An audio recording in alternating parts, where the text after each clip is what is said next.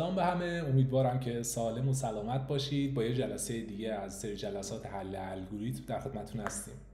این جلسه خودم میخوام موضوع زیرو وان نپسک الگوریتم یا پرابلم رو توضیح بدم و باید بدونیم که این مسئله از مسئله هاییه که یکی از راه حل‌هاش استفاده کردن از داینامیک پروگرامینگ و روش حلی که اینجا ما میخوایم مطرح کنیم داینامیک پروگرامینگه. من تصویرم رو قطع میکنم، اسلایدها رو میارم که دیگه شروع کنیم. تصویرم رو قطع میکنم، اسلایدها رو میارم. خب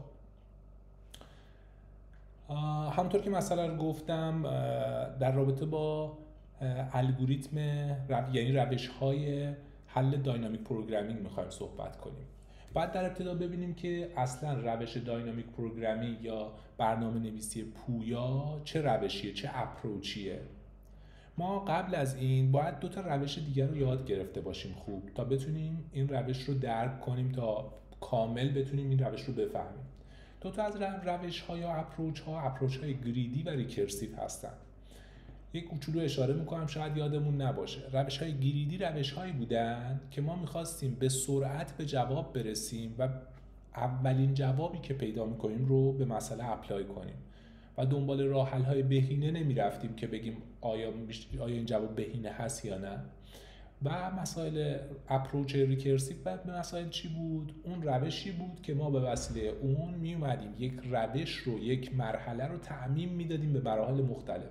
یک تابعی می نوشتیم، مسئله رو توی یک مرحله حل می کردیم و می گفتیم این حل یک باره رو که یک مرحله رو که ما حل کردیم اپلای کن به تمام مراحل قبل تا برسی به نتیجه. خب این روش برنامه‌نویسی پویا که ترکیبی از این دو تا روشه چه ویژگی داره؟ از هر کدوم این اپروچ ها یه مزیت رو برداشته و نتیجه خوبی داده. این الگوریتم از روش حریصانه انتخاب سریع جواب رو اضافه کرده به خودش و از روش ریکرسیو بررسی تمام راه حل ها و تعمیم اون گامه به تمام راه حل ها رو برداشته. یعنی چی؟ یعنی یه راه حل کلی پیدا میکنه، همون روش که رو الگوریتم ریکرسیو بود، اون رو اپلای میکنه به تمام مراحلی که میخواد بره جلو تا الگوریتم مسئله رو حل کنه. خب با این روش برنامه‌نویسی پویا چه نوع مسائل رو بیشتر مد نظرمونه که حل کنیم؟ معمولا ما میگیم یه روشی رو بیشتر مد نظرمون، چون ممکنه مسائل ما چندین و چند روش داشته باشن، روش‌های بهینه داشته باشن، روش‌های با صرفه زمان و ظرف سی پی یو کمتری داشته باشن. این روش که ما اومدیم استفاده کردیم معمولا برای مسائلی مثل پیدا کردن راه حل‌های بهینه.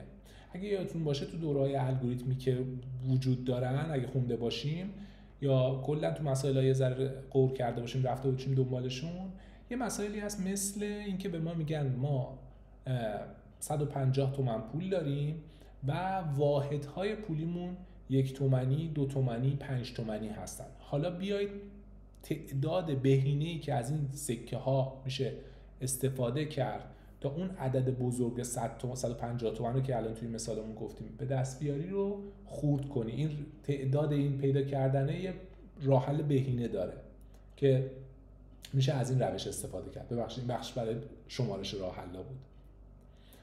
یه روش دیگه، مسائل دیگه مثل پیدا کردن زیر رشته ها هست که توی همین ارائه هم میریم یه مسئله انتخاب پیدا کردن زیر رشته ها رو میبینیم که چجور حل میشن و اینا. و یه راه حل، یه مسائل دیگه‌ای که به ما کمک میکنه این روش که اونا رو حل کنیم، شمارش کردن راه حل های ممکن برای یه مسئله است. مثلا میگه که برای این که ما بتونیم از یک نقطه یه جدولی به یه نقطه دیگه بریم و دو تا حرکت داشته باشیم، رو به جلو و رو به پایین داشته باشیم، تعداد این راه ها رو بشماریم. اگه یادمون باشه توی دبیرستان یه مسئله‌ای هم بود در رابطه با این که تعداد مربع ها رو توی یه دونه مستطیل بزرگ بشماریم. اون هم یه شکلی از همین مسئله است که با روش برنامه‌نویسی پویا ما میتونیم اونا رو حل کنیم و بشماریم تعداد حالتهای ممکن، تعداد راههای ممکن برای رسیدن به مسئله. بچه‌ها یه نکته‌ای که هست، من بذارید نگاه کنم ببینم کسی سوالی چیزی پرسیده. چون من اینجا چون خودم هم دارم فیلم برداری میکنم، ضبط میکنم، اگه مسئله‌ای بود، اگه موضوعی بود، خودتون صدا رو باز کنید و سوالتون رو بپرسید، چون ممکنه من نبینم اون سوال یا اون علامتی که میدید یا متنی که مینویسید رو. خب ادامه میدیم. حالا این روش داینامیک پروگرامینگ چجوری کار میکنه؟ ما یه مثال میخوایم بزنیم از روش ریکرسیو قدیمی و بعدش بگیم که چطوری این داینامیک پروگرامینگ از روش ریکرسیو استفاده میکنه، ما اون اپروچ رو میاریم توی این روش و ازش استفاده میکنیم. اگه یادتون باشه توی مسائل ریکرسیو ما به ازای یه حل یک مسئله حالت، مثلا دادن n5، مجبور میشدیم تمام حالت‌ها رو بشماریم و ممکن بود توی این شمارش تمام حالت‌ها یه سری حالت‌های تکراری هم به وجود بیاد و ما مجبور بودیم تمام اونا رو بشماریم. مثلا مسئله فیبوناچی چی بود؟ مسئله فیبوناچی به ما میگه که اگه میخوای عنصر انوم سری فیبوناچی رو به دست بیاری، باید دوتا عنصر قبلیش رو با هم جمع کنی. مثلا اگه من میخوام عنصر پنجم رو به دست بیارم، باید بیام عنصر چهارم رو به علاوه عنصر سوم بکنم. همینطور که توی عکس میبینید دو تا گره داریم که روی یکیش نوشته 3، یکیش نوشته 2، هر دو فرزندای گره‌ای هم به اسم شماره 5. اگه نگاه کنید زیر گره 5 نوشته فیب 5، زیر گره‌ای که شماره 3 توشه نوشته فیب 4 و زیر گره شماره 2 نوشته فیب 3. منظورش چیه؟ منظورش اینه که برای محاسبه فیب 5 من نیاز داشتم به فیب 4 و فیب 3 که اینا رو با هم جمع بزنم. اگه دقت کنید یه چند تا از این گره ها نارنجی رنگن، حتی گره های بزرگتری هم نارنجی رنگن، حتی میشه گره های کوچکتر هم نارنجی رنگ کرد که الان اینجا نکردیمش. منظورم چی بوده از این رنگا؟ این بوده که ما وقتی که میایم فیب 4 رو، فیب 5 رو که میخوایم حساب کنیم نیاز به فیب 3 داریم و فیب 4. وقتی که خود فیب 4 رو میخوایم حساب کنیم میبینیم که دوباره ما نیاز داریم به محاسبه فیب 3. وقتی که ما فیب 3 رو دوباره نیاز داریم محاسبه کنیم، حواسمون باید باشه که قبلا فیب 3 رو حساب کردیم، یعنی ما یه کاری رو داریم دوباره انجام میدیم، اضافه انجام میدیم. اگه ما بچه‌ها یه دونه مموری، یه حافظه داشته باشیم که این فیب 3 رو توش نگه داریم، هر موقع که لازم شد به جای اینکه محاسبهش کنیم بگیم ما فیب 3 رو تو حافظه داریم، یه جایی سیوش کردیم، اگه اونجا ورش داریم کلی از این محاسبات کم میشه. وقتی که این محاسبات کم بشه یعنی دیگه لازم نیست ما بریم یه سری محاسبات اضافه رو که بعدش هم به دردمون نمیخورن انجام بدیم. پس اپروچ داینامیک پروگرامینگ چیه؟ میگه عین همون ریکرسیو عمل کن، عین همون بازگشتی عمل کن، فقط نکته‌ای که داره اینه که میگه اگه یه چیزی رو محاسبه کردی بریزش توی آرایه‌ای، حالا اون فیبه میتونه 5 باشه، هر نودی رو حساب کردی یه بار بریز یه جایی تو حافظه که ما الان بهش داریم میگیم یه آرایه. بعدش که رسیدی اول خواستی یه نودی رو حساب کنی، ببین که توی اون حافظه داریش یا نه. اگه داریش از همون استفاده کن بره، اگه نداریش بیا دوباره حساب کن. من دوباره کدشون رو زدم اینجا. اگه نگاه کنیم توی کد سمت چپ نوشتم فیب n، داخل تابعش نوشتم که اگر n من 1 یا 2 بود ریترن کن 1، وگرنه که تموم شدون بیا ریترن کن فیب n منهای 1 و n منهای 2، یعنی دو تا بچه کوچیکتر رو حساب کن تا وقتی که رسیدی به 1 و 2، به نود 1 و 2 همون 1 رو ریترن کن. این به ازای این که ما فیب 5 رو حساب می‌کردیم همونطور که توی تصویر دیدیم 2 تا زیر درخت تکراری حساب می‌کرد که این هزینه‌اش خیلی زیاده. اگه هزینه‌شو پایین نگاه کنید تایم کامپلکسیتیش از نوع بازگشتیه و میره توی اوردر 2 به توان n، یه چیزی تو مایه NP کامپلیمنته. این هزینه انقدر زیاده که نمیصرفه ما هیچ وقت اینو حساب کتاب کنیم، اصلا نمیتونیم حساب کتاب کنیم فعلا با کامپیوترهای الان. ولی اگه ما بیایم یه دونه حافظه اضافه کنیم اون بالا، اگه توی کد نگاه کنید من بالا اومدم گفتم یه حافظه اضافه کن به اسم DP داینامیک پروگرامینگ که طولش هم طول اون این قرار بده. اگه ما اینقدر حافظه اختصاص بدیم میتونیم کلی صرفه جویی کنیم. و یه حالت اولیه توشون قرار دادم، گفتم که نقطه 1 و نقطه 2 این آرایه رو با مقدارهای اولیه‌ای که بهت میگم 1 هستن پر کن. و بعدش اومدم تابع فیبوناچی رو پیاده سازی کردم، اینطوری که اونجا میگفتیم اگر به n1 رسیدی و n2 رسیدی ریترن کن 1. اینجا میگیم که اگر داخل داینامیک پروگرام، داخل اون آرایه‌ای که بهت گفتم دی پی اسمشو بذار، مقداری که الان میخوای حساب کنی رو داشتی، همون رو ریترن کن. اگه نداشتی تازه برو محاسبه کن. و چجور محاسبه کن؟ همون روش بازگشتیه، یعنی فی به n منهای 1 به علاوه فی به n منهای 2 رو جمع بزن، بریز تو خونه حال حاضرت و خونه حال حاضرت رو به عنوان نتیجه برگرد. این باعث چه اتفاقی شده؟ باعث این اتفاق شده که ما یه سری از این زیر درخت‌های اضافه رو دیگه حساب کتاب نکنیم. حالا که زیر درخت‌ها رو حساب کتاب نکردیم، فضای مسئله ما، فضای ON ما، او پیچیدگی زمانی ما از O2 به توان N میاد توی فضای خطی و از جنس ON میشه. خیلی خیلی بهبود بزرگیه. این از این. بریم جلوتر توی مثال بگیم که آقا ما چی کار کردیم که تونستیم از روش، از دیدگاه اپروچ ریکرسیو برسیم به داینامیک پروگرامینگ. بچه ها هستید؟ اوکی همه چیز؟ من مطمئن بشم همه چی اوکیه. خب تعداد بچه ها که هست، منم که وصلم. اوکی بریم ادامه. ما چجوری از اون اپروچ ریکرسیو رسیدیم به داینامیک پروگرامینگ؟ چند تا نکته موقع کد زدن ما اومدیم اضافه کردیم. یه آرایه تعریف کردیم. آرایه چی بود؟ آرایه این بود که ما گفتیم یه حافظه نیاز داریم که هر چیزی رو محاسبه کردیم دیگه تکرار نکنیم. همونجا که حساب کتابمون رو انجام دادیم مطمئن بشیم که همه چیز سر جاشه و بیایم از همون آرایه استفاده کنیم. موقع حساب کتابای تکراری بگیم آیا داخل اون آرایه که ما همه حساب کتابمون رو میریزیم اون مقداری که می‌خوایم الان حساب کتاب کنیم هست یا نیست. اگه هست از همون برداریم پس بدیم، اگه نه بریم حساب کتابش کنیم و تو خود اون آرایه قرار. دومین گام همون رابطه بازگشتیه که مثل الگوریتم‌های ریکرسیو که همیشه اونجا بود و ما ازشون استفاده می‌کردیم. پس گام دوم گام همون ریکرسیوه، یعنی همون تابعی که ما استفاده می‌کنیم برای کار تکراریمون. این از این. گام سوم چیه؟ گام سوم میگه که آقا شما اومدی آرایت رو تعریف کردی، الگوریتم بازگشتیت هم در آوردی، حالا لازمه که مقادیر پایه رو ست کنی. مقادیر پایه چیه؟ توی اون آرایه‌ای که گرفتی لازمه یه سری نقطه ها باشن، یه سری از خونه های آرایه باشن که از اول باید پر شده باشن که وقتی ما بهشون رجوع میکنیم به عنوان محل پایان تابع. اگه یادتون باشه توی توابع ریکرسیو یه شرط پایان داشتیم.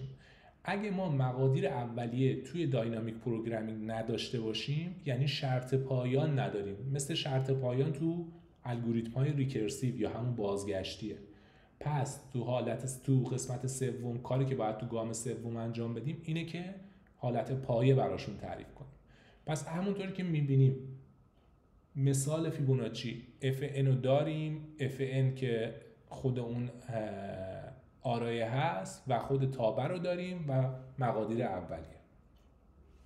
حالا مسئله کوله پشتی چیه که ما اومدیم گفتیم که میتونیم با روش داینامیک پروگرامینگ که ما الان توضیح دادیم از کجا اومده داینامیک پروگرامینگ، از کجا اومده، از ریشه‌هاش کیا بودن و به اینجا رسیده، چه مسئله‌ای رو میتونه برای ما حل کنه با سرعت زیاد با حجم حافظه کمتر. یه الگوریتمی هست، یه مسئله‌ای هست به اسم نپسک پرابلم. نپسک پرابلم چیه؟ مسئله کوله پشتی، خیلی مسئله معروفیه در دنیای الگوریتم. و اصلا داره چه مسئله‌ای رو مطرح میکنه؟ میگه اگه، البته جنس این سوالم یادمون باشه 0-1 نپسک پرابلمه. تفاوتش با نپسک پرابلم معمولی چیه؟ اینه که ما یه شی رو که میخوایم انتخاب کنیم یا میتونیم برش داریم یا برش نداریم. این حالت وجود نداره که بخوایم نصف یکی از اون شی‌ها رو برداریم نصفش رو بر نداریم. پس به خاطر همین بهش میگن 0-1 نپسک پرابلم. خب مسئله چیه؟ میگه من یه کوله پشتی دارم، یه حجمی داره کوله پشتی ها. حالا توی این مثال ما 8 کیلوگرمه. یه سری وسیله دارم، یه سری شی دارم توی دنیای واقعی. من میخوام از این اشیا بردارم بذارم توی این کوله پشتیم. من تا جایی میتونم توی کوله پشتیم بذارم که کوله پشتیم پر بشه. یعنی کوله پشتی من که جای بی‌نهایت نداره، یه حجمی رو میتونه تحمل کنه، یه وزنی رو میتونه تحمل کنه. وزن ما 8 کیلوگرم. من حالا پس یه تعداد وسیله میتونم بذارم داخل این کوله پشتیم که هر کدوم یه وزنی دارن. علاوه بر این ما باید بدونیم که هر کدوم از این وسیله‌ها که یه وزنی دارن یه ولیویی هم دارن، یه ارزشی هم برای ما دارن. اگه ما بتونیم کوله پشتیمون رو پر کنیم با بیشترین ارزشی که برای اون داره، میتونیم بگیم که به راه حل بهینه مسئله کوله پشتی رسیدیم. یعنی چی؟ یعنی من توی این 8 کیلوگرم کدوم یکی از این اجناس رو انتخاب کنم که وقتی کوله پشتیم پر شد بگم که کوله پشتی من با کلی وسیله با ارزش ترین ها رو توی کوله پشتیم تو اون حجمی که میتونستم دارم. توی این مثلا اگه من بردارم شیء سوم و چهارم که یه چیزی سکه است و اون زمرد قرمز است و بذارم، چون وزنشون 5 و 4 توی کوله پشتی من جا نمیشن، میشن جمعشون 9 کیلو، کوله پشتی من 8 کیلوه.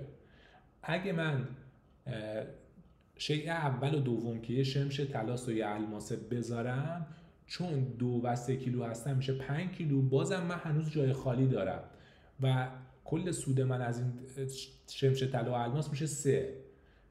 پس باید یه انتخاب بهینه کنم که هم کوله پشتیم سعی کنم در حالت پر باشه و هم اون ولیو یا ارزش که کوله پشتیم داره به بیشترین حالت برسه. خب یه سری مسائل هم مطرح شده، هم تیترشون که مطرح کردم، هم 2 تا از مسائل رو آوردم که آخر کار بعد از توضیح بریم حل کنیم، بریم حلشون رو بذاریم اونجا حل کنیم، توضیح بدیم و ببینیم نتیجهش چی میشه.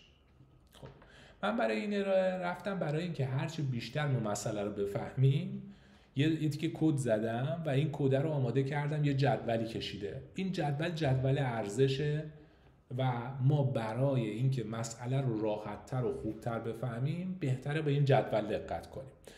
برای خودمونم ترجیحاً اگه تونستیم به چنین مسائلی خوردیم، برای اینکه دستمون را بیفته سعی کنیم این جدول رو چند بار بکشیم، پر کنیم و مطمئن بشیم که بلدیم مسئله رو. اگه نگاه کنید خط اول وزن رو نوشتم. مثال ما چی بود؟ مثال ما یک کیف بود، 8 کیلوگرم ظرفیت داشت، 4 تا جنس داشتیم اونجا. حالا من اسمشون رو عوض کردم، اونجا شمش طلا و الماس و زمرد و سکه بود، حالا من اینجا گذاشتم گلدون و هندونه و صندلی و مانیتور. وزناشون همونه، پرافیت یا همون ولیوهاشون هم همونه، ارزشاشون هم همونه. میخوایم ببینیم این جدول چجور اصلا این جدول از کجا میاد، چیه. کل داستان اینه که برای اینکه ما مسئله رو بفهمیم یک جدول ارزشی میکشیم. معمولا جدول ارزشه اگه سطراشو اون وسایلی بگیریم که میخوایم سلکت کنیم، اگه مثلا 5 تا وسیله بود، یه دونه سطر هم بیشتر میشد یه دونه وسیله دیگه. اگه 6 تا بود همینجوری به تعداد اونا به علاوه یکی ما اضافه میکنیم. و ستون ها چیه؟ ستون ها اینه که ما اگه حجم 8 کیلو رو داریم، 1 کیلو واحدامون که داره اضافه میشه، میخوایم به اون واحدا برسیم، تقسیم بندی میکنیم کولمون رو. یعنی اگه 8 کیلوه تقسیم بر 8 میکنیم. اگه ما اری داریم، اگه ما رشته داریم، رشته رو گفتن طولش 10، این جدول ما سطراش طول بزرگتر، رشته بزرگتره میشه 10، پس این ستوناش میشه 10 تا. ما یه رشته داشتیم مثلا میخوایم 2 تا رشته داریم، گفتم از سری مسائلی که با این مسئله میشه حلشون کرد، با این روی کرد میشه حلشون کرد، اینایی هستن که میخوایم زیر رشته مشترک پیدا کنیم. رشته بزرگه رو ستونا قرار میدیم، رشته کوچیکه رو حروفش رو سطرها قرار میدیم. اگه گفتن یه دونه آرایه داریم که طولش انقدر، میخوایم تعداد زیر مجموعه هاشو بشماریم، ستون ها میشن کل آرایه یا اون جمع آرایه، یکی از اینا، حالا هر کدوم خواستید فرق نمیکنه. مثلا معمولا من خودم ستون ها رو میذارم اون جمعی که میخوان، حالا میگن جمع یه آرایه مقدارش یه چیزی بشه، مثلا میگن جمع تعداد زیر مجموعه هایی رو از یه آرایه حساب کن که اگه مثلا جمعشون کنیم بشه 5. حالا یه سری از این مثالا که میریم جلوتر میبینیم، ولی حواسمون باشه مسئله ما 2 بعد داره توی بیشتر مواقع. فیبوناچی یه بعدی بود، مسائل راحت تری بودن.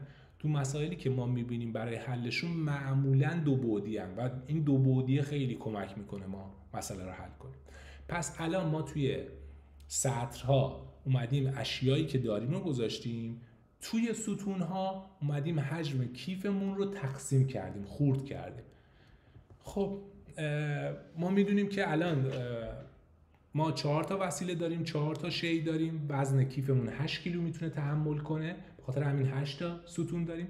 سطر اول 0 برای این که ما هیچ وسیله انتخاب نکردیم، در نتیجه هیچ سودی نداریم. اون صفرایی که اون توی قسمت سبز رنگ میبینیم سودیه که ممکنه به ما برسه در انتخاب وسایل. اگه توجه کنید ما یه سطر اول داریم نوشتیم واس، منظورم گلدون بوده. گلدون ما وزنش 2 کیلوه، سودی که به ما میده 1 سوده، 1 واحد سوده.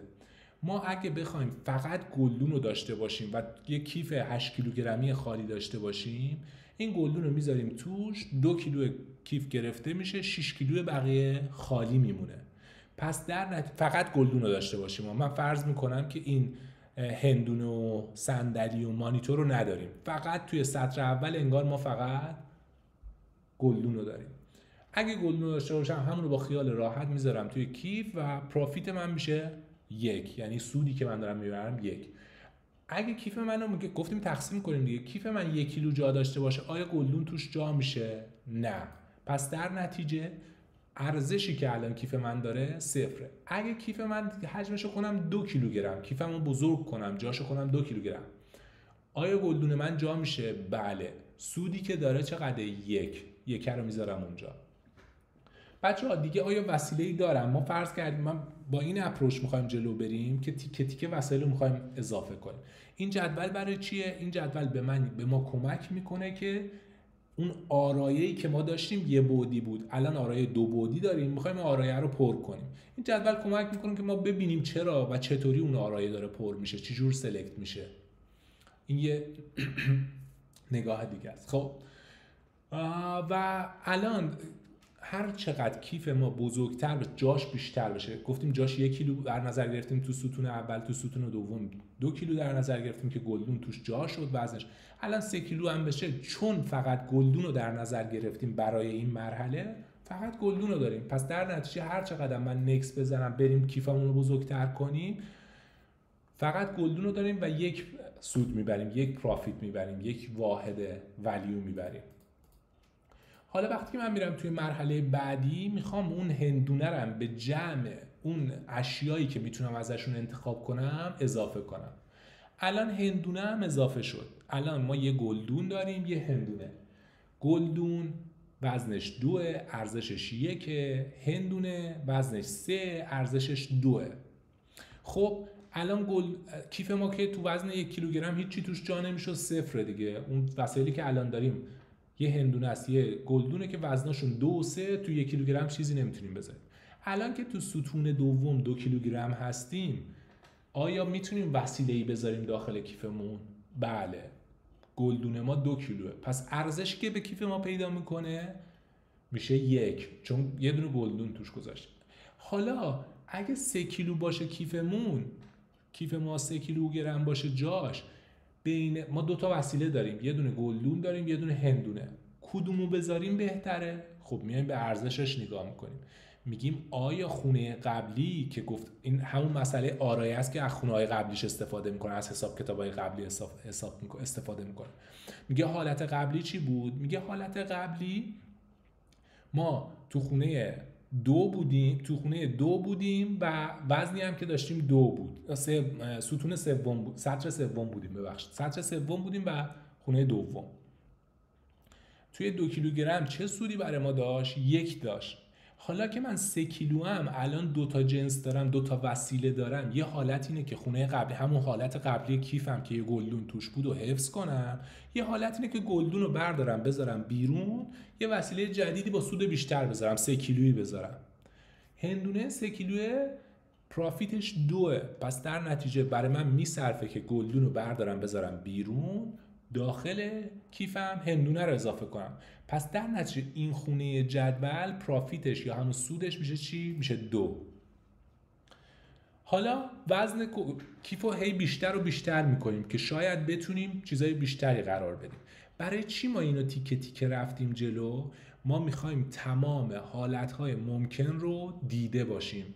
گفتیم که روش ریکرسیو خوبیش اینه که یه تعمیم داره و همه حالتها رو هم میشه توش دید. برای اینکه حالتهای دیگر هم ببینیم ما تیکه تیکه داریم حجم کیفمون رو اضافه میکنیم.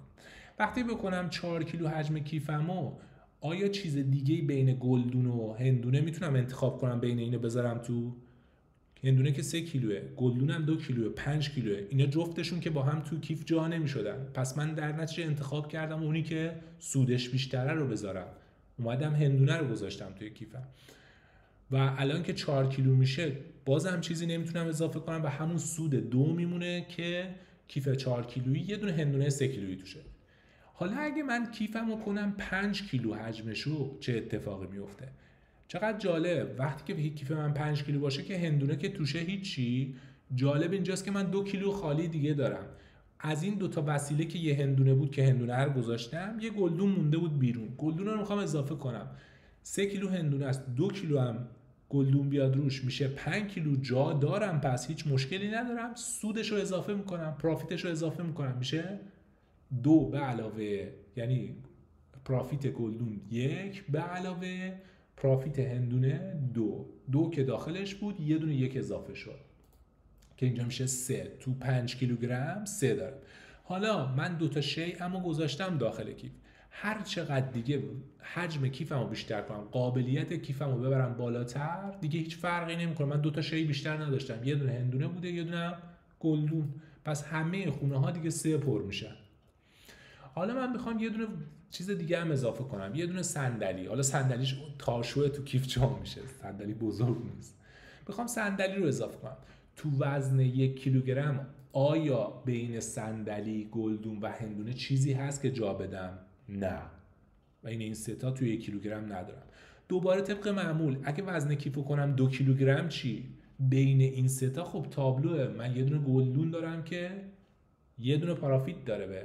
اگه من 2 تا جنس داشتم که جفتشون 2 کیلو بودن چی؟ کدومو انتخاب میکردم؟ خب تابلوه، وقتی که 2 تا جسم دارم که هر جفتشون وزنشون 2 کیلوه، اونی که پرافیت بیشتری داشت رو انتخاب میکنم. پس اینجا دوباره گلدون اومد نشست، دوباره 3 کیلو که شد بین صندلی و هندونه و گلدون، دوباره گلدون رو از کیفم در آوردم، هندونه رو گذاشتم چون سودش بیشتر بود، شد 2. دوباره توی 4 کیلوگرم. آها بچه یه نکته جدید تو خونه 4 کیلوگرم، تو خونه 4 کیلوگرم شد 5. ما الان 3 تا وسیله داریم، صندلی و هندونه و گلدون. وقتی که کیفم شد 4 کیلوگرم دوباره به اشیا نگاه کردم، دیدم من یه صندلی دارم که وزنش 4 ولی سودش از سود هندونه بیشتره. پس هندونه رو توی کیفم در آوردم بیرون گذاشتم، صندلی رو گذاشتم و اینجا پرافیت 5 رو اضافه کردم. خب همینجوری ادامه میدیم، میرسیم به 5 کیلوگرم. 5 کیلوگرم آیا قبلا ما توی مرحله قبل اگه نگاه کنید تو خونه بالاییش، تو خونه الان چندیم 2 و 6یم، تو خونه نه الان که 3 و 6یم، تو خونه 2 و 6 چیز دیگه ای داشتیم، بله یه 3 داشتیم. این برای چی 3 بود؟ چون ما صندلی نداشتیم، میتونستیم ترکیب هندونه و گلدون رو بذاریم ولی پرافیتش میشد 3. ولی وقتی که اومدیم توی 5 کیلو دیدیم صندلی هنوز توی کیفمون هست و پرافیتش از جمع اونا بیشتره، خب صندلی رو نگه داشتیم، چیزی رو بیرون ننداختیم. به همین ترتیب من دارم هی وزن زیاد میکنم. یعنی الان توی 6 کیلو من نگاه کردم دیدم صندلی تو کیفم هست، 2 کیلو جای خالی دارم، گلدون رو میتونم بذارم. 5 امتیاز، 5 ارزش برای صندلی بود، یه ارزش هم برای گلدون اضافه شد. همینجوری ادامه میدم. 7 کیلو شد. 7 کیلو رو نگاه کردم، صندلی 4 کیلویی هست با 5 امتیاز. 3 کیلو 1 کیلو اضافه شد، یعنی 1 کیلو جای خالی دارم.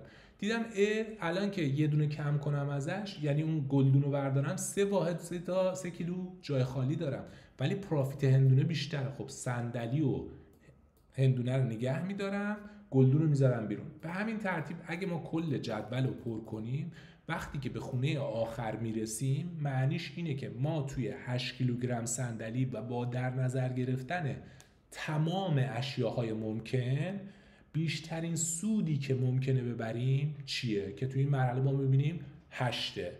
یعنی کدوم انتخاب شدن؟ یعنی مانیتور با 6 ارزش 6 انتخاب شده که 5 کیلو وزن داره و هندونه با وزن 3 کیلو که ارزش 2 داره. خب امیدوارم که این بخش گرافیکالی که من حالا آماده کرده بودم، کد زده بودم، کمک کرده باشه. بریم برای حل مسائل خود نفسک و ببینیم اصلا چه مسائل مرتبطی هست، اونا رو پیدا کنیم و حل کنیم و روی اونا یه توضیحی بدیم و بریم آپلودشون کنیم توی سایت. البته من کدش رو قبلا زدم، آپلودم کردم که مطمئن باشیم. خب 2 تا مسئله من در نظر گرفتم، 2 تا مسئله متفاوت که یکیش شمارشی باشه، یکیش زیر مجموعه طور باشه که بتونه حساب کتاب کنه. خب مسئله اول که مسئله مدیوم هست، پارتیشن ایکوال سابست سامه. چیه مسئله؟ میگه آقا من یه آرایه‌ای از اعداد به شما میدم، این آرایه از اعداد رو شما برای من محاسبه کن، ببین آیا امکانش هست که این آرایه رو بشکنید به 2 تا زیر آرایه که این 2 تا زیر آرایه جمعشون با هم برابر باشه، آره یا نه؟ و بریم در رابطه با راه حل. معمولا بچه‌ها من کد میزنم، خیلی هم اشاره میکنم حتما این کارو کنید. اونم اینه که میام اون کدم رو که حالا توی اینجا گفته بودن سولوشن، اگه بریم نگاه کنیم اینجا خودش ساختار اولیه‌شو که میده یه حالت اینجوری تابه رو به ما میده، اسم کلاس میده و تابه میده، میگه اینو باید بر من بدنشو پیاده سازی کنید to develop body. اینجا رو مثلا چه چیزی رو به ما میده، همینو ور میدارم من میندازم به عنوان یک کلاس داخل اینتلیجی هم و وقتی که چه این چیزی رو به وجود آوردم، همین کلاسی که اونجا گفت داده بود بهم گذاشتم اینجا، برای پیاده سازی قبل از اینکه بخوام پیاده سازی کنم راست کلیک میکنم، جنریت میکنم چیو؟ تستو. وقتی که تستو جنریت کنم، الان تست من دارم، حالا من میبره اونجا میگه آیا مطمئنی میخواید چیز کنی تستو بساز. من تستو ساختم قبلا که میاد توی تست منو میسازه اینجا. و وقتی که کلاس تستو ساختم، میام اون مثالی که همینجا داده رو حتما یه بار خودم مینویسم اینجا و نتیجهشو از اینجا هم میگیرم و حتی ممکنه تستای بیشتری، مثلا اینو بیایم پیاده سازی کنیم، این باید فالس بده میگه. یعنی من میام اینجا میگم حالا اگه معمولا سعی کنید تست ها برای، یعنی تست هایی که ما تابه های تستی که می‌نویسیم برای تست 1 تابه باشن، چون الان تست 1 تابه است من میتونم این مقادیر رو تکراری اینجا قرار بدم، ولی اگه خواستیم 2 یا چند تابه رو مختلف رو تست کنیم، سعی کنیم باید یونیت تست های متفاوت بنویسیم. 1 2 3 5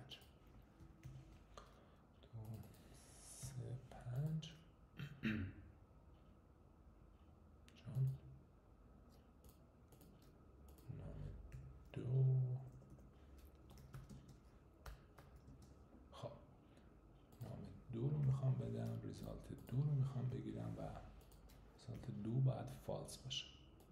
خب توی حل مسئله ای بچه‌ها دقت کنیم، یه ذره به مسئله دقت کنیم، خیلی تابلو نمیشه، باید یه ذره دستمون راه افتاده باشه، به این راحتی ها تابلو نمیشه. خواستم خیلی تابلو میشه ولی نه.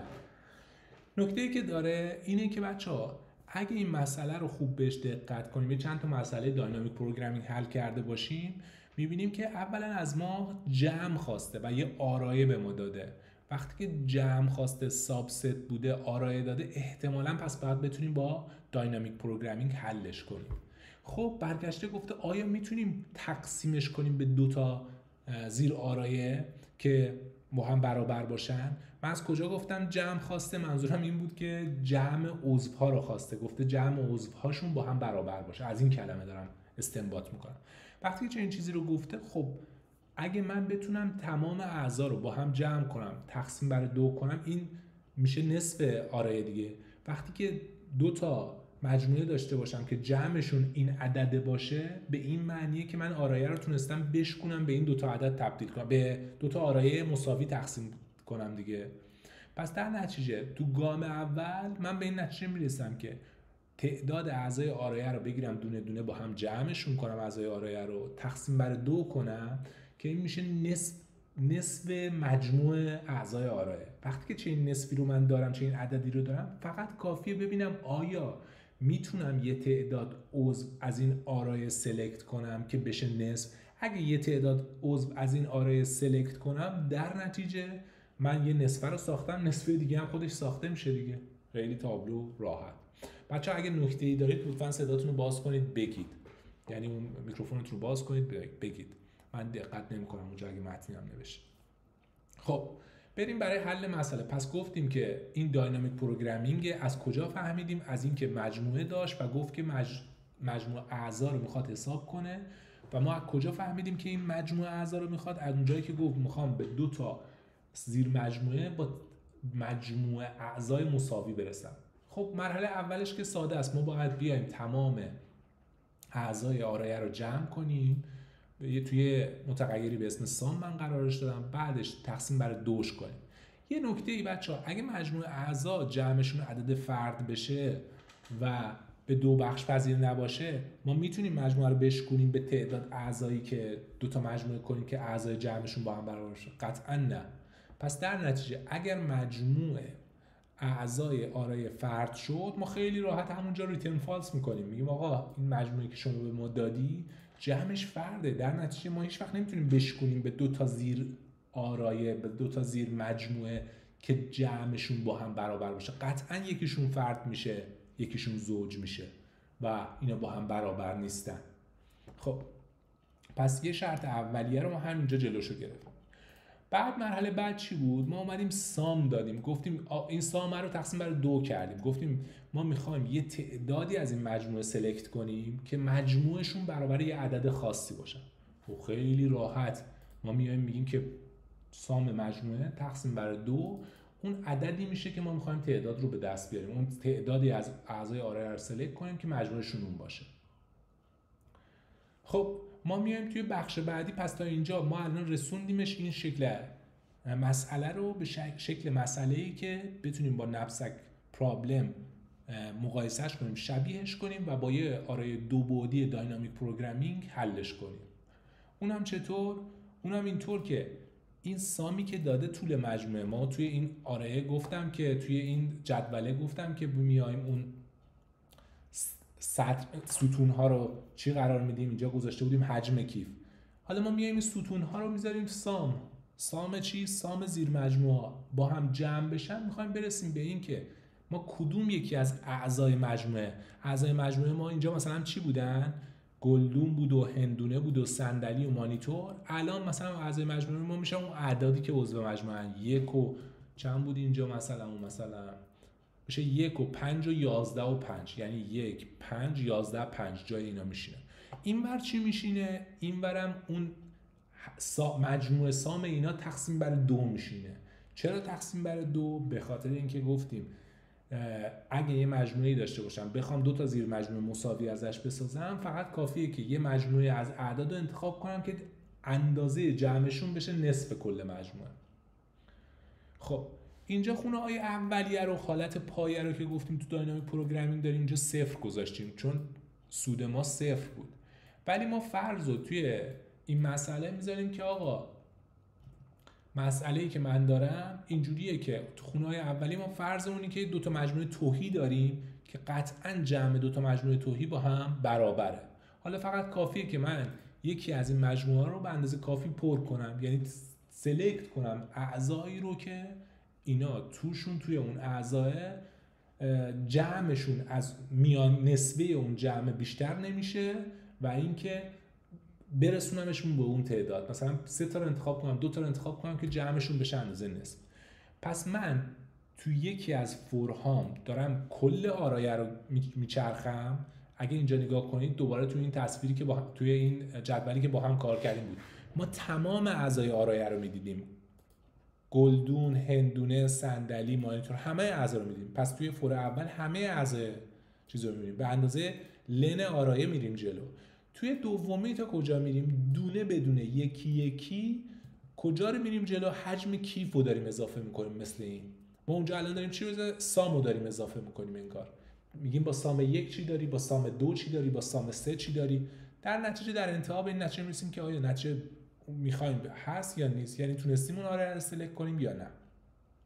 حالت اولیه هم گذاشتیم ترو، فرضمون رو گذاشتیم این دو تا آرایه توهی داریم که با هم برابرن، مگه اینکه بریم خلافش ثابت بشه. حالا ما اومدیم دو تا ایف گذاشتیم، خونه ها رو فقط پر کردیم. عین همینجا که این خونه ها رو پر کردیم، دونه دونه اومدیم جلو، اینجا داریم پرشون میکنیم. چی میگیم اولش؟ میگیم که اگه من توی خونه اول باشه، اون ستون سطر اولم این 1 کیلوگرم هم سام 1 هم، الان میگم توی سام 1 هم که جی هم سام 1 میگیم مجموعه ما وزنش 1 باشه، منهای اون آرایه خونه اولی که داریم که چیز کرده، خونه صفرمش خونه صفرم آرایه که هنوز توش خالی بود. گفتم که بچه‌ها یه نکته هم داشتیم و اولش گفتیم آرایه های داینامیک پروگرامینگ رو یه واحد بزرگتر بگیرید، چون نیاز به مقدار اولیه داریم. اونجا هم گفتیم فیبوناچی و 2 تا نقطه اولش رو خودمون دستی پر کرده بودیم. این که دستی پر کردنه، اینا هم جای مقدار اولیه هست. میگه آیا اگه من از خونه اول خب به اندازه اون الگوی آرایه برم عقب، به اندازه اون شماره عنصر آرایه مثلا صفرمش هرچی هست، به اندازه اون برم عقب، آیا عددم منفی میشه یا نه؟ میخواد ببینه که آیا از جدولت میزنه بیرون یا نه. اگه از جدول نمیزنی بیرون، یا خونه صفرمی یا خونه بیش درستی رو داری نشون میدی، پس میای میگی اگه درست بودا، بعد بچه‌ها من میتونستم همه این شرطا رو بذارم این تو، حالا اومدم جدا کردم که قابل فهم‌تر باشه. اگه توی جدول هستی، اگه هنوز اون خونه‌ای که میخوای انتخاب کنی توی جدول هست، بیا نگاه کن بدون عنصری که الان بودی، الان عنصر اول سطر اول میخوای چک کنی، بدون این عنصر آیا خود این عنصر ترو هست یا نه، بدون این عنصر اینا مساوی هستن یا نه. اگه مساوی هستن که اوکی، یعنی تروه. اگه مساوی نیستن، حالا بیا اینو چک کن.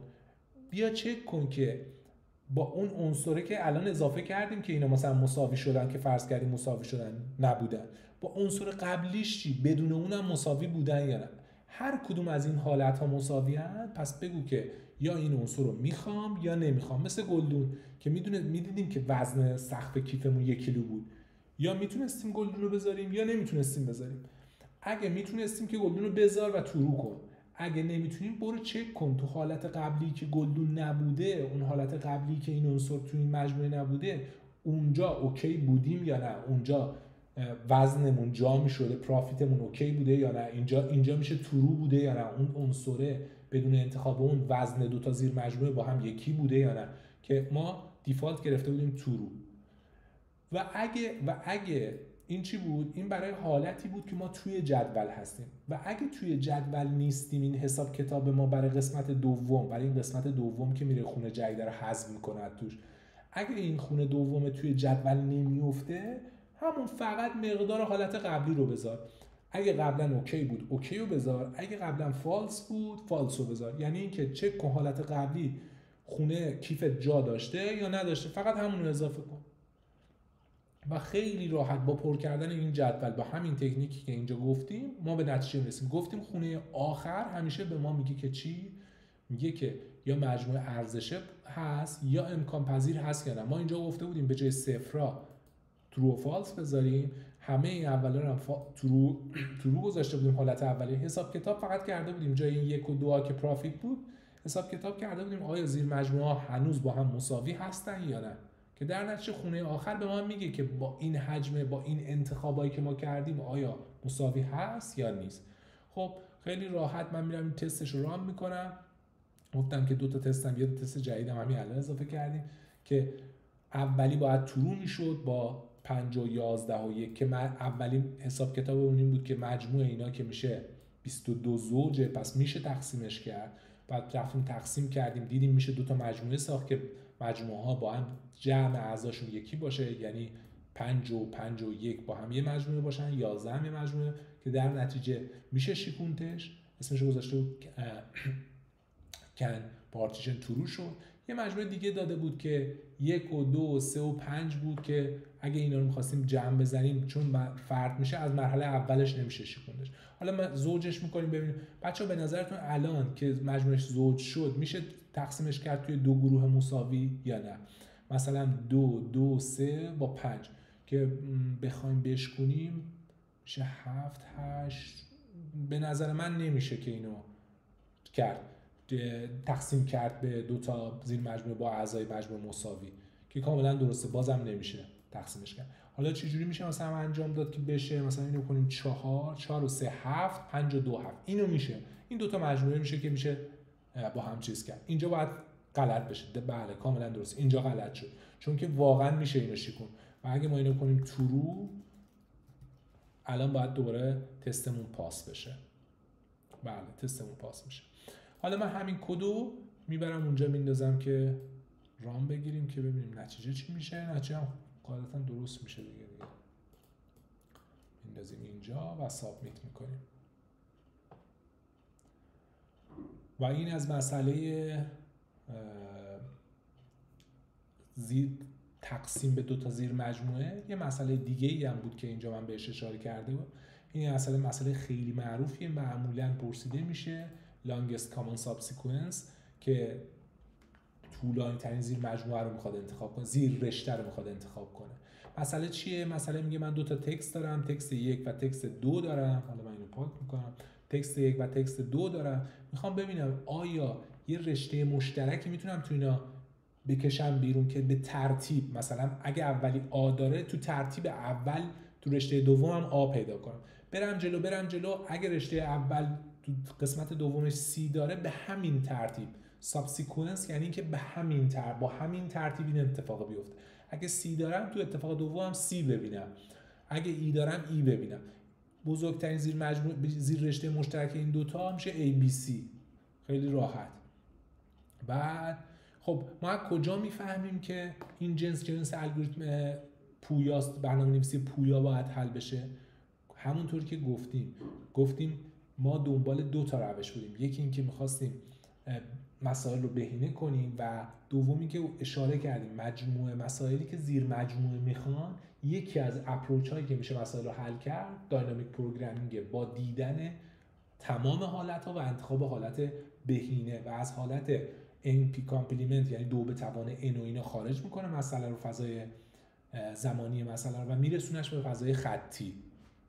خب برمیگردیم به این یکی مسئله. ما اومدیم گفتیم که دو تا رشته ورودی داریم که هیچی، رشته‌های ورودی رو اومدیم طولشون رو گرفتیم. همونطور که دوباره گفتیم بچه حالت آرایه رو تعریف میکنیم. آرایه یه دونه عنصر بزرگتر، یه دونه طولش بزرگتره. بچه من چرا اینجا نقطه مقدار اولیه صفر ندادم به همه آرایه؟ برای اینکه ما وقتی که اینتجر تعریف میکنیم، یه حالت پریمیتیو تعریف کردیم، کل آرایه با صفر پر شده و دیگه نیازی نیست من مقدار اولیه رو دوباره پر کنم. بعدش دو تا فور زدیم روی دو تا آرایه. اگه دقت کنید این دو تا رشته یا همون آرایه، یکی از رشته ها همونطور که دوباره توی مسائل گفته بودم میشد ستون های ما، یکیشون میشد سطرهای ما و ما همونجوری رفتیم جلو و اومدیم دونه بدونه عضوای آرایه رو چک کردیم. اومدیم گفتیم که آیا عضو اول با عضو دوم برابر است؟ اگر عضو اول و دومش برابر است اینو بنداز توی خونه آرایت، توی داینامیک پروگرام آرایت و یه دونه به اون حالت قبلیت که فکر می‌کنی از جفت رشته‌ها یه دونه کم شده دیگه، یه دونه از رشته‌ها کم کن، از طول رشته‌ها کم کن، یعنی بگو رشته یکی قبل‌تر و رشته آ یکی کمتر، رشته ب یکی کمتر، خونه داینامیک پروگرامینگش چند بود به علاوه یکش کن، یعنی یه نتیجه جدیدی اضافه کن به اون خونه و بگو که اون خونه قبلی که جفت رشته‌ها یکی کمتر بودن که الان مساوی شدن چه حالتی داشتن. اینجوری یه ذره بد توضیح دادم، یه بار دیگه دوباره توضیح بدم. من میگم که مثلا دو تا رشته دارم، فکر کنم اینجوری بهتر باشه، آ ب 3 و آ 3 مثلا، خوب خودش مثال زدم. آ 3 من میگم خونه الان توی این خونه هستم، میخوام بگم که توی این خونه دوم هستم، جفتشون 30 هستن. حالا که این جفتشون با هم برابرن، من میگم طول رشته هایی که ماکسیمومه، زیر رشته ماکسیموم هم یه دونه اضافه بشه، به علاوه چه عددی بشه؟ به علاوه حالتی بشه که این رشته توی این خونه بود، این رشته توی این خونه بود، یعنی یه دونه از جفتشون کم کردن. یعنی اگه توی این حالت مجموعه مشترکشون 1 بود، یه دونه دیگه هم به طولش اضافه کنی، بگو یه دونه دیگه هم من عنصر پیدا کردم که توی جفت آرایه ها مشترکه. اگه اون خونه که ما الان روش هستیم اون کاراکتره با هم مساوی نبود، بیا بگو که به این آرایه بیا بگو که این آرایه بالایی که ABC گرفتیمش و این یکی که A3 گرفتیم، A3 مثلا D گرفتیمش، این د با 3 برابر نیست دیگه. الان تو اینجاییم که میخوایم بگیم اینا برابر نیست. میخوام طول ماکسیموم آرایه‌ای رو انتخاب کنم که قبلا بوده.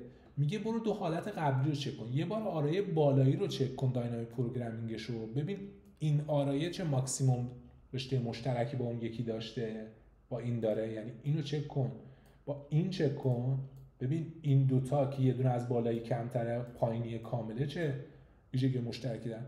یه دونه پایینی رو یه دونه کم کن و با بالایی کامل حساب کن که ببین اینا چه مشترکه. هر کدوم ماکسیموم شد بیار بذار توی خونه‌ای که الان هستیم و اگه همینطور پیش بریم و کل خونه ها رو پیمایش کنیم، دست آخر به خونه‌ای میرسیم که داره طول ماکسیموم زیر رشته رو به ما نشون میده. همونطور که گفتم دوباره همین رو برداریم و توی اونجا بذاریم. البته اینم همونطوری من دوباره تستش رو نوشتم، تستش رو دوباره ران میکنیم. حالا سبز شده که هیچی ران شده. مثال خود اون سایت هم برمیداریم میذاریم اینجا که ببینیم چیه. ABC و ABC رو گفته 3 در بیاد. حالا ABCD گذاشته بودم اینجا، فرقی هم نمیکنه. یه مسئله دیگه هم یه دونه هم داشته که همینه ABCDE. خب ما میتونیم دوباره هم حتی تست کنیم. میاریم میذاریم تکست 3 و 4 میذارم اینا رو، چون عجله‌ای حالا خیلی مرتب نمی‌کنم بچه‌ها، وگرنه ما باید مرتب و منظم کد بزنیم. ریزالت 2 و تکست 3 و 4 رو میدم و اسرت میکنم که طولش 3 باشه، چون جفتشون کاملا با هم برابرن. خب طول 3 رو برمیگرد. کدو کپی کردیم میبریم اینجا و پیست میکنیم. این کدو نه، این کدو